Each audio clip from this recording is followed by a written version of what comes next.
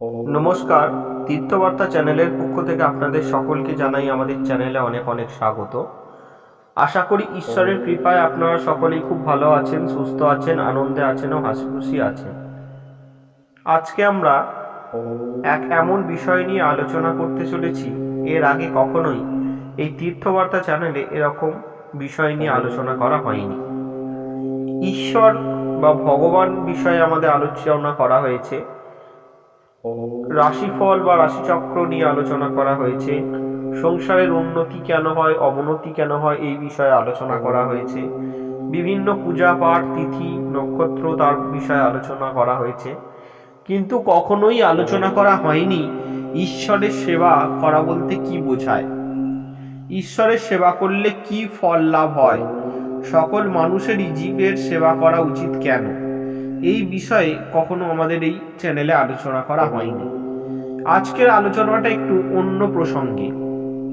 ঈশ্বরের সেবা বলতে কি বোঝায়, সকল মানুষের কেন জীবের সেবা করা দরকার, এই বিষয়ে আমরা বিস্তারিত আলোচনা করব এই ভিডিওর মাধ্যমে। আশা করি আজকের আলোচনা আপনাদের সকলের খুব উপকৃত হবেন।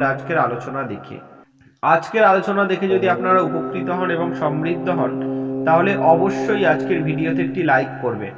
যদি মনে কোনো প্রশ্ন থেকে থাকে অবশ্যই কমেন্ট করে আমাদের প্রশ্নটি জানাবেন, ভিডিওটি শেয়ার করে দেবেন। আর আমাদের তীর্থবার্তা চ্যানেলে যদি আপনি এখনো একজন না হয়ে থাকেন, অবশ্যই চ্যানেলটিকে সাবস্ক্রাইব করে অল নোটিফিকেশনে ক্লিক করে আমাদের পাশে থাকবেন, সাথে থাকবেন, সনাতন হিন্দু ধর্মের বহু জানা ও অজানা কাহিনী দেখার জন্য ও জানার জন্য। তাহলে চলুন আজকের আলোচনা আমরা শুরু করি। ঈশ্বরের স্তব স্তুতির মাধ্যমে আমরা ঈশ্বরের সেবা করে থাকি। আমরা ঈশ্বরকে আর একভাবে সেবা করতে পারি, তা হলো জীব সেবা। ঈশ্বর আত্মা রূপে জীবের মধ্যেই বসবাস করেন, তাই জীবের সেবা করলে ঈশ্বরের সেবা করা হয়। সকল মানুষেরই জীব সেবা করা উচিত, কেননা ঈশ্বর জীবের মধ্যে আত্মা রূপে অবস্থান করেন। জীব সেবা করলেই ঈশ্বর সেবা করা হয়। জীবকে সেবা করলে ঈশ্বর সন্তুষ্ট হয়ে আমাদের আশীর্বাদ করেন। যত্র জীব তত্র শিব, অর্থাৎ যেখানে জীব সেখানেই শিব মানে ঈশ্বর।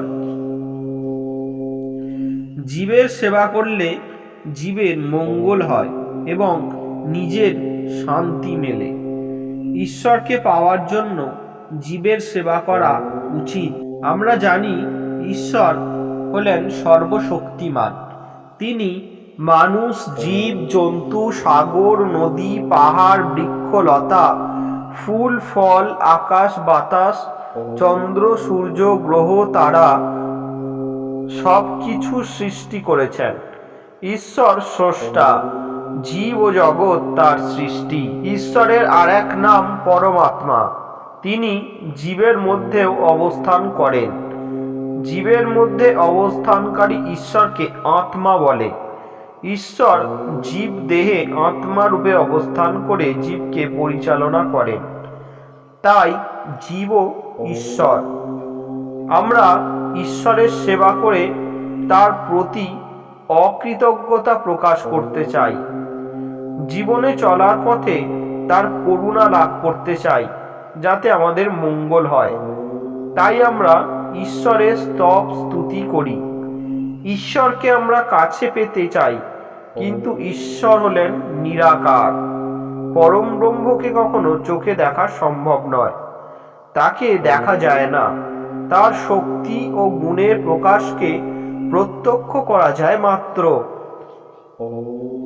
আমরা আর একভাবে ঈশ্বরের সেবা করতে পারি, তা হলো জীব সেবা। ঈশ্বর আত্মারূপে জীবের মধ্যেই অবস্থান করেন, তাই জীবের সেবা করলে তা ঈশ্বরের সেবা করাই হয়। এভাবে জীব সেবার মধ্য দিয়ে ঈশ্বরের সেবা করা যায়। তাই তো বলা হয়েছে যত্র জীব তত্র শিব, যেখানে জীব সেখানেই শিব। এখানে শিব মানে ঈশ্বর। এ প্রসঙ্গে স্বামী বিবেকানন্দ বলেছেন, বহুরূপে সম্মুখে তোমার ছাড়ি কোথা খুঁজিছ ঈশ্বর। জীবে প্রেম করে যেই জন সেই জন সেবিছে ঈশ্বর। এর মর্মার্থ হলো ঈশ্বর জীবরূপে আমাদের সম্মুখে আছেন, তাকে বাইরে খোঁজার দরকার নেই। তিনি জীবের সেবা করেন, তিনি জীব সেবার মধ্য দিয়েই ঈশ্বরের সেবা করেন। সুতরাং জীব সেবাও ধর্ম। তাই আমরা জীব সেবার মধ্য দিয়ে ঈশ্বরের সেবা করব। আমরা দরিদ্রের সেবা করব, আমরা পীড়িত ও আর্তের সেবা করব, আমরা পোষা জীবজন্তুর পরিচর্যা করব, গাছপালা রোপণ করব, সেগুলোর পরিচর্যা করব। এভাবে আমরা জীবকে ঈশ্বর জ্ঞানে সেবা করতে পারব। এতে জীবের মঙ্গল হবে, জীব সেবা করে নিজেরা শান্তি পাবে, ঈশ্বরও সন্তুষ্ট হবে। তোমার নিজের বা এখন ধর্মগ্রন্থ মহাভারত থেকে জীব সেবার একটি উপাখ্যান আমি আপনাদের সকলের সম্মুখে তুলে ধরছি। কুরুক্ষেত্রে উপমহাদেশের একটি পবিত্র স্থান। কুরুক্ষেত্রকে ধর্মক্ষেত্রও বলা হয়। সেই কুরুক্ষেত্রে এক দরিদ্র ব্রাহ্মণ ছিলেন। স্ত্রী, এক ছেলে ও ছেলের বউকে নিয়ে তার ছোট্ট সংসার ছিল। কিন্তু সংসার ছোট হলে কি হবে, কোনোদিন তাদের খাওয়া জুটত, কোনোদিন আধ পেটা থাকতে হতো, কোনোদিন একেবারেই না খেয়ে থাকতে হতো। কারণ ব্রাহ্মণ ধর্ম সাধনা ও বিদ্যা চর্চায় সময় কাটাতেন। উৎসবৃত্তি করে খাবার সংগ্রহ করতেন। উৎসবৃত্তি হচ্ছে জমির ধান কেটে নেওয়ার পর জমিতে যা দু এক ছড়া পড়ে থাকে তা কুড়িয়ে তা দিয়ে খিদে মেটানো। ব্রাহ্মণ কোনো খাবার জোটাতে পারছেন না, খুবই খিদে পেয়েছে তার। স্ত্রী, ছেলে ও ছেলের বউও না খেয়ে আছে।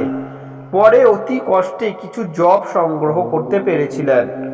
ব্রাহ্মণ পত্নী সেই জব দিয়ে ছাতু বানালেন।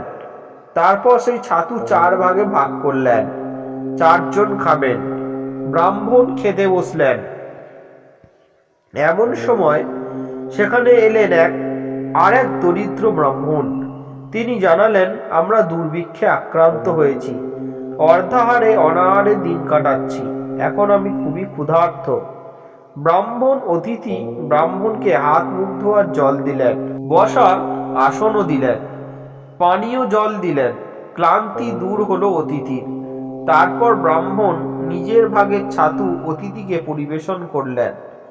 অত অল্পতে পেট ভরে ব্রাহ্মণ পত্নী তার নিজের ভাগের ছাতু দিয়ে দিলেন।